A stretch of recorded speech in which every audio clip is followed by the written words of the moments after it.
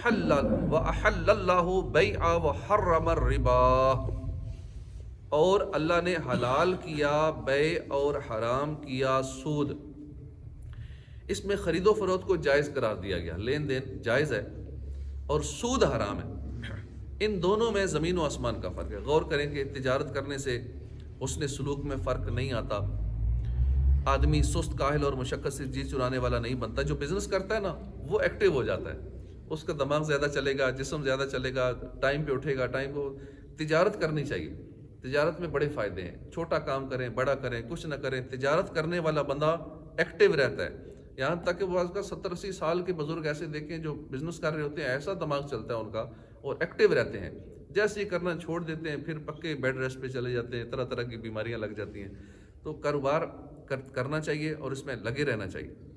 اپنے مال کو خطرے پر پیش کرتا ہے، رسک لینے والا مشقت سے جی چرانے والا نہیں بنتا، مال کو خطرے پر رسک لے لیتا ہے کہ ٹھیک ہے دیکھ لیتے ہیں کیا ہوگا، ضائع ہو جائے گی نا، رسک لینے والا ہوتا ہے۔ جو کاروبار نہیں کرتا بیچارہ ڈرتا ہی رہتا ہے، پتہ نہیں کیا ہوگا، 100 روپے کا نقصان ہو جائے گا، جیسے ہی کچھ کروں گا نقصان ہو جائے گا۔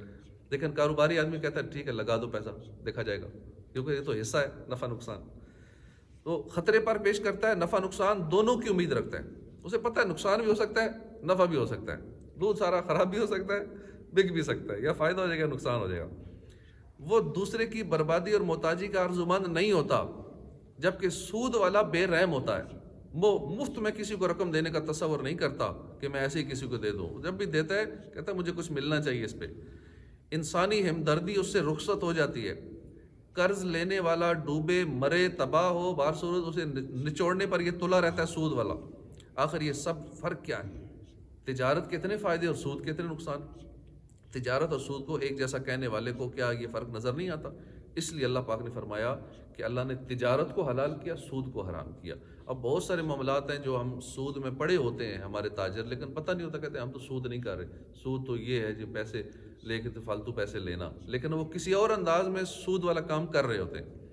حضرت مقدام بن مادی کرب رضی اللہ عنہ کی کنیز دودھ بیچتی تھی، دودھ کا کام تھا، اور اس کی قیمت، اس کا ثمن، اس کی قیمت مقدام لیا کرتے تھے۔ ان سے کسی نے کہا کہ سبحان اللہ آپ دودھ بیچتے ہیں اور اس کی قیمت لیتے ہیں؟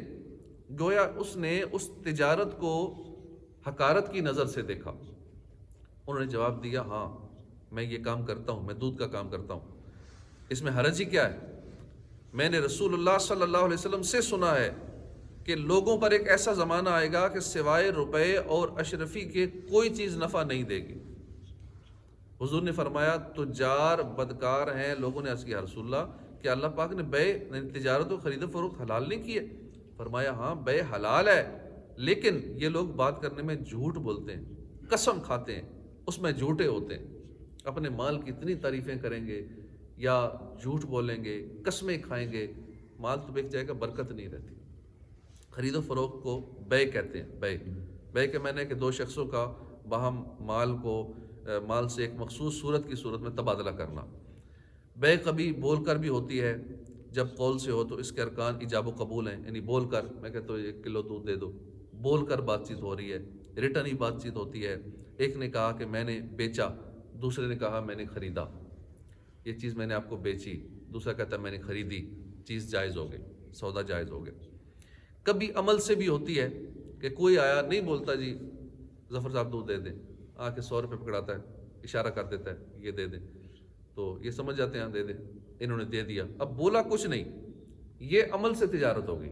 ایک ہوتی ہے بول کے تجارت، ایک ہوتی ہے ہی چلو صرف دودھ ان کے پاس اور کچھ ہے ہی نہیں، تو لازم بات اگلا 100 روپے پکڑائے گا، اس کا یہی مطلب ہوگا کہ ان کے پاس ایک ہی آئٹم ہے تو یہی آئٹم مانگ رہا ہے، تو وہ چیز انہوں نے پکڑا کے بولے کچھ نہیں، یہ بھی جائز ہے۔ کبھی یہ بیع عمل سے ہوتی ہے، کبھی قول سے ہوتی ہے، کبھی فعل سے ہوتی ہے، اور قیمت کا دے دینا اس کے ارکان ہیں، یعنی جب آپ نے اسے چیز پکڑا دی، اس نے قیمت دے دی، یہ اس کے ارکان ہیں۔ ارکان کہتے ہیں جو چیز ضروری ہوتی ہے، تو یہ فعل ایجاب و قبول کے قائم مقام ہو جاتا ہے۔ مثلا سبزی جیسے پالک میتھی وغیرہ کی گڈیاں بنا کر اکثر بیچنے والے رکھ دیتے ہیں اور ظاہر کر دیتے ہیں کہ پیسے کی گڈی ہے، یا مثلا 10 روپے کی گڈی ہے، خریدار آتا ہے 1 پیسہ ڈال دیتا ہے، گڈی اٹھا لیتا ہے، حالانکہ دونوں آپس میں بات نہیں کرتے، بیچنے والا خریدنے والا، مگر دونوں کے فعل ایجاب و قبول کے قائم مقام شمار ہوتے ہیں۔ اس قسم کی بے کو بے طاعتی کہتے ہیں۔ بے کے طرفین میں سے ایک کو بیچنے والا کہتے ہیں، بائے کہتے ہیں بیچنے والے کو، بی یو وائے بائے نہیں، با الف آگے حمزہ اور عین، بائے بائع عین آخر میں، یہ بیچنے والا، اور جو خریدنے والا اس کو مشتری کہتے ہیں اس کی اصطلاحات میں، شرعی اصطلاحات میں۔ تو پیسے رکھ جاتے ہیں اٹھا لیتے ہیں، لیکن ہمارے ہاں یہ سسٹم نہیں ہے۔ ایک ملک میں دیکھا میں نے، وہاں کسان وغیرہ یا جو بھی کاروباری ہیں وہ اپنی دکان کی چیزیں روڈ کے سائڈ پہ رکھتے ہیں۔ چلو بازار تو چلو بازار ہوتا ہے، کیمرے شاید لگے ہوں، لیکن کچھ ایریاز ایسے ہیں کہ روڈ کے ساتھ کھیت ہیں، جنگل ہے سارا، ان کھیتوں کے ساتھ ایک ٹھیا ٹائپ، چھابڑا ٹائپ بنا ہوگا، زمین سے اٹھا کے اور اوپر رکھنے کی جگہ، پھر اوپر اس کا چھت ہوگی، چیز پڑی ہوگی، ریٹ لکھا ہوگا، بندہ کوئی نہیں ہوگا، بندہ کوئی نہیں ہوگا، قیمت لکھی ہوگی، مثلا $2 کا جی، وہ $2 خود رکھ جاتے ہیں، $2 کی چیز اٹھا کے لے جاتے ہیں۔ حیران رہ گیا، اتنی ایمانداری مسلمانوں میں ہونی چاہیے تھی۔ ان ملکوں میں، غیر مسلم ملکوں میں یہ چیزیں چل رہی ہیں جو چیزیں ہمارے اندر ہونی چاہیے تھی۔ اب اس لیے نہ چوری، نہ ڈکیتی، نہ اور معاملات، نہ وارداتیں، کچھ بھی نہیں ہے۔ اب اتنی ایمانداری ہے، یہاں سامنے بندہ کھڑا ہو، کیمرے لگے ہوں، گڑبڑ کر جاتے ہیں، دھوکہ دے جاتے ہیں۔ گاہک بھی دھوکہ دینے کے لیے تلا ہوا ہے، اور دکاندار بھی کہتا ہے چلو میں کیسے اس کو چوں نہ لگاؤں، تو دونوں ایک دوسرے کو اس چکر میں ہوتے ہیں۔ لیکن وہاں دیکھیں، خود ہی پیسے رکھ رہے ہیں، خود ہی وہ چیز اٹھا کے لے جا رہے ہیں، ایسی ایمانداری۔ تو بے اور بائے بیچنے والا اور خریدنے والا، یہ اس کی اصطلاحات ہیں۔ اچھا، بائے اور مشتری کا عاقل ہونا یعنی مجنون یا بالکل ناسمجھ بچہ کی بے صحیح نہیں ہے۔ بائے اور مشتری یعنی بیچنے والا خریدنے والا، ان کا عاقل ہونا یعنی مجنون نہ ہو، نہ سمجھنا ہو، یہ ٹھیک نہیں ہے۔ دونوں سمجھدار ہوں یا بالغ ہوں، بالغ اور عاقل ہوں۔ عاقد کا متعدد ہونا یعنی ایک ہی شخص بائے اور مشتری دونوں، یہ نہیں ہو سکتا ایک ہی بیچنے والا ہو کہ میں خود ہی اپنے آپ کو بیچوں، میں خود ہی خرید لوں، یہ نہیں ہو سکتا۔ مگر باپ یا وصی کے نابالغ بچے کے مال کو بے کریں اور خود ہی خریدیں، یا اپنا مال ان سے بے کریں، یا قاضی کہ ایک یتیم مال کو دوسرے یتیم کے لیے بے کرے، تو اگرچہ ان صورتوں میں ایک ہی شخص بائے اور مشتری دونوں ہیں، مگر بے جائز ہے، بشرطے کہ وصی کی بے میں یتیم کا کھلا ہوا نفع ہو۔ یوں ہی ایک ہی شخص دونوں طرف سے قاصد ہو تو اس صورت میں بھی بے جائز ہے۔ ایجاب و قبول میں موافقت ہونا یعنی جس چیز کا ایجاب ہے اسی کا قبول ہونا، یعنی یہ چیز ایک دودھ بیچ رہے ہیں تو دودھ ہی قبول کرے، بات دودھ کی ہوئی ہے، دے ہی رہے ہیں، تو یہ سودا ناجائز ہو جائے گا۔ یا جس چیز کے ساتھ ایجاب کیا ہے اسی کے ساتھ قبول ہو، اگر قبول کسی دوسری چیز کا کیا، یا جس کا ایجاب تھا اس کے ایک جز کو قبول کیا، یا قبول میں سمن دوسرا ذکر کیا، یا ایجاب کے بعد سمن کے ساتھ قبول کیا، سمن مطلب قیمت، تو ان سب صورتوں میں وہ بے سودا درست نہیں ہے، جائز نہیں ہے۔ ہاں اگر مشتری نے ایجاب کیا اور بائے نے اس سے کم سمن کے ساتھ قبول کیا تو پھر صحیح ہے۔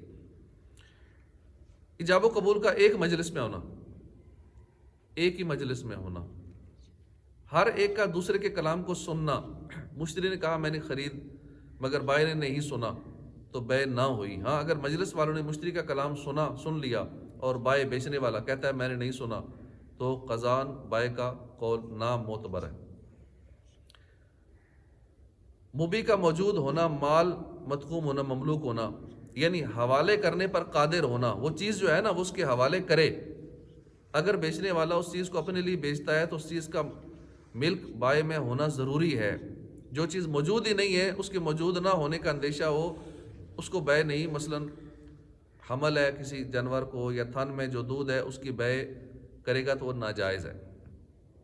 یعنی ابھی بچہ پیدا ہی نہیں ہوا گائے کا یا بھینس کا اور پہلے اس بچے کا سودا کر دیا تو یہ درست نہیں ہے۔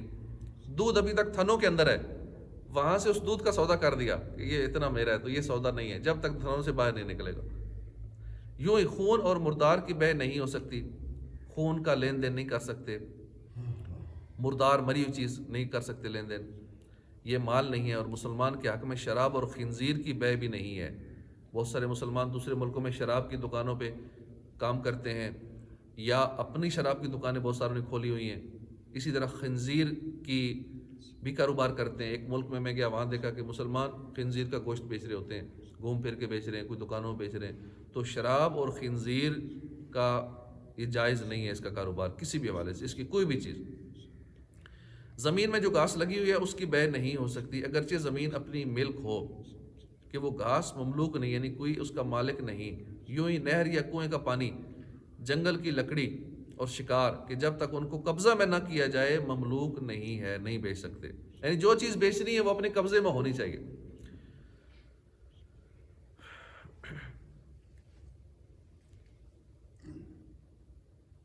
ایسی چیز کی جس سے جھگڑا پیدا ہوا آپس میں, وہ بھی درست نہیں ہے. جس طرح سفر ہم کرتے ہیں نا, گاڑی والا کہتا ہے کیا پوچھتے کیا کرایہ جی, فیض آباد کا, جو دل کرے دے دینا, جو مناسب ہو دے دینا. اب اگر اس مناسب پہ ہی جائیں اور وہاں جا کر اسے دینا 500 دیں 100 روپیہ, جھگڑا ہوگا کہ نہیں؟ بھائی تم نے تو کہا تھا جو مناسب ہو, تو مجھے تو یہی مناسب لگا کہ میں 50 روپے تمہیں 100 روپے دے دوں, جھگڑا ہوگا. تو جہاں جھگڑے کی صورت ہو وہاں پہلے طے کرنا ضروری ہوتا ہے, بلکہ ہر کام پہلے طے کر لیں ضروری ہے.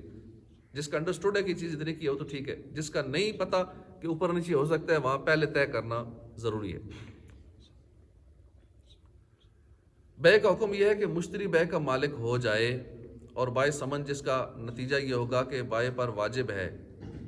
اب اس کو آسان لفظوں میں یوں سمجھیے کہ جو چیز ہم بیچ رہے ہیں وہ ہمارے قبضے میں ہونی چاہیے, یا ہمارے وکیل کے قبضے ہوں. وکیل سے مراد ہے کہ میں کسی کو کہتا ہوں کہ آپ یہ چیز اپنے قبضے میں لے لو, وہ میرا وکیل ہو گیا. یہ نہیں وکیل وہ دوسرا جو LLB کرتے ہیں, وہ وکیل نہیں.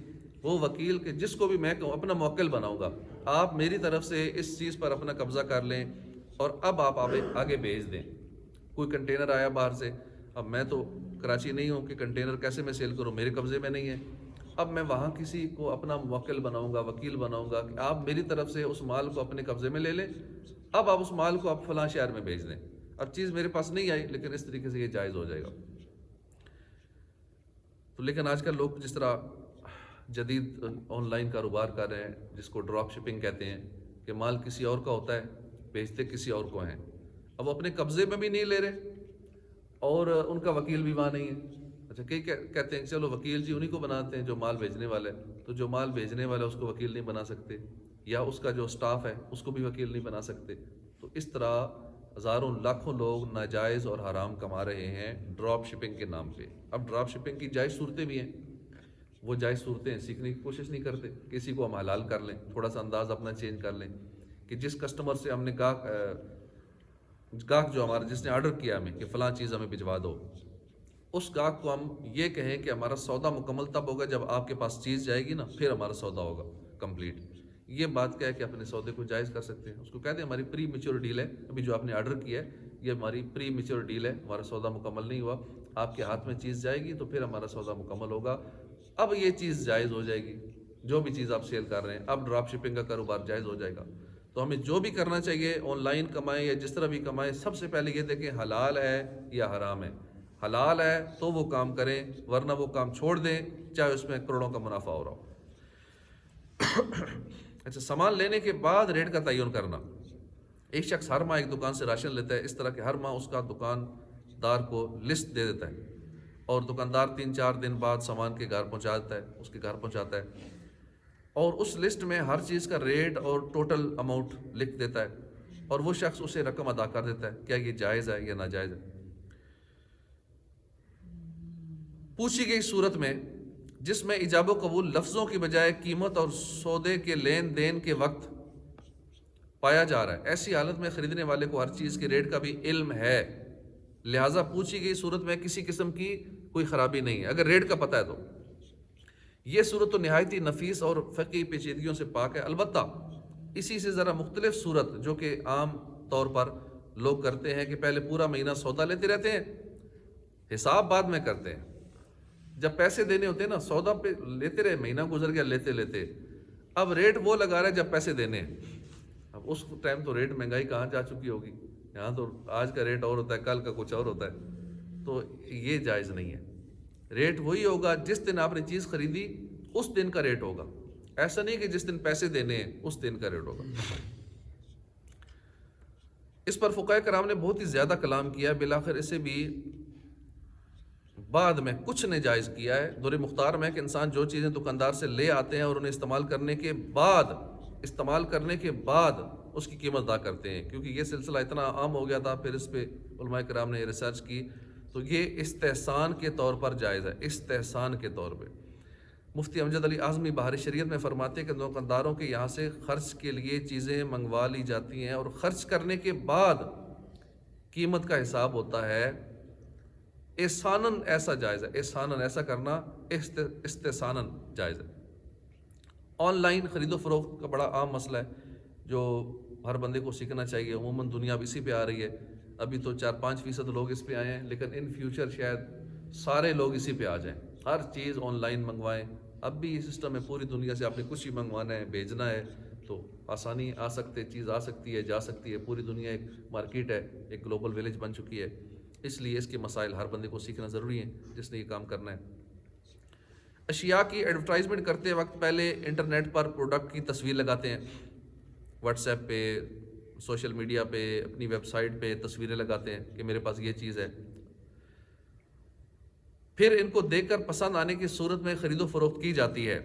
اچھا، اس میں یہ بھی نہیں کہنا چاہیے میرے پاس چیز ہے، اگر وہ چیز ہے تو لکھیں دستیاب ہے، اگر پاس نہیں ہے اور ہم لکھ دیتے نہیں چیز دستیاب ہے تو جھوٹ ہو جائے گا۔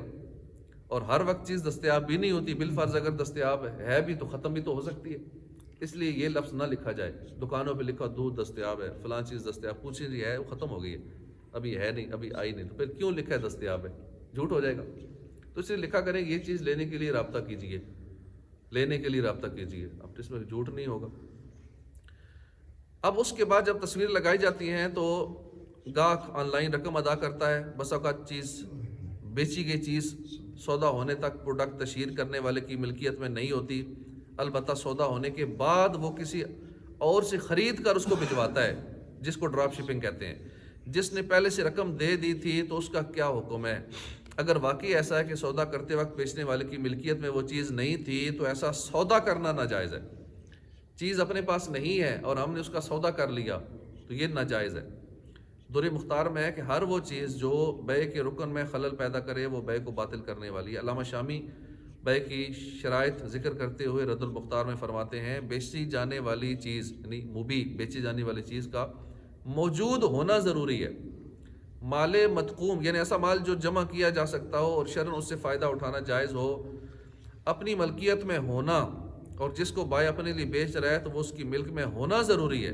مفتی امجد علی اعظمی فرماتے ہیں کہ بیع باطل کا حکم یہ ہے کہ مبیع یعنی بیچی جانے والی چیز پر اگر خریدار کا قبضہ بھی ہو جائے، جب بھی خریدار اس کا مالک نہیں ہوگا اور مشتری کا وہ قبضہ امانت قرار پائے گا، اس لیے اگر اس طرح کا کام کرنا ہے تو اگلے سے کہیں کہ ہمارا سودا نہیں ہوا، سودا فائنل تب ہوگا جب آپ کے پاس چیز جائے گی، تو اس صورت میں یہ جائز ہو جائے گی، ورنہ یہ آن لائن ڈراپ شپنگ وغیرہ آن لائن سیل کرنا ناجائز ہوگا۔ لیکن اس طرف جتنے بھی آن لائن لوگ بزنس کر رہے ہیں، پاکستان میں کر رہے ہیں، دوسرے ملکوں میں کر رہے ہیں، مسلمان جو کر رہے ہیں، دوسرے لوگ تو ایسا کر ہی رہے ہیں، مسلمان کے لیے شریعہ کام ہے، تو مسلمان گناہوں میں پڑ رہے ہیں، اتنی محنت کر کے بھی حرام کما رہے ہیں، تو اللہ پاک ہمیں اس کے حلال کی توفیق عطا فرمائے، آمین بجاہ النبی الامین صلی اللہ علیہ وآلہ وسلم۔